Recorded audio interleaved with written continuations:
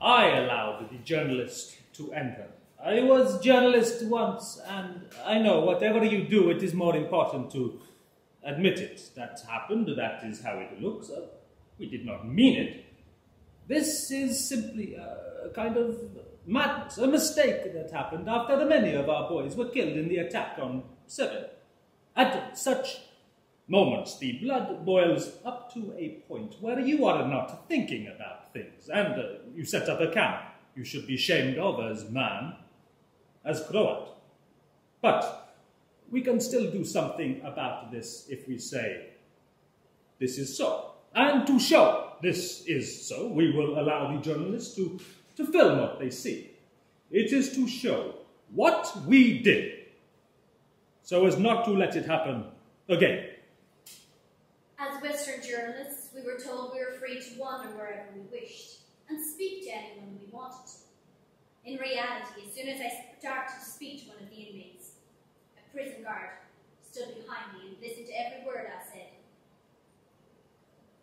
One group of journalists asked a man lying in a bunk, "How are you being treated?" He was shaking. What could he say? Death. If he told a lie, or if he told the truth. This was a place where words could even get you killed. As I continued to wander, people turned their heads away from me in fear that I would try to speak to them.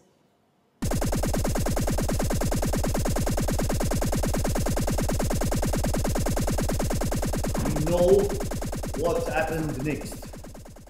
Seskie Kodovic Pol.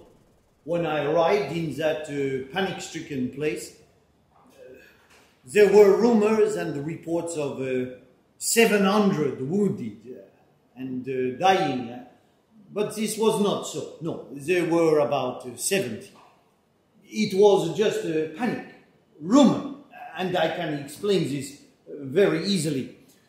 You see, these people had seen the wounded arriving throughout the night from different areas. They were not congregated in one place. There was no hospital, so they were dispersed to hotels and different houses and schoolrooms. And so, in all sincerity, the witnesses were announcing on the amateur radio that they had seen 700 wounded and hundreds of dead. But I can say no, this was not the case. There had been no massacre. There was no action so irreversible that we cannot still hope to negotiate a peace.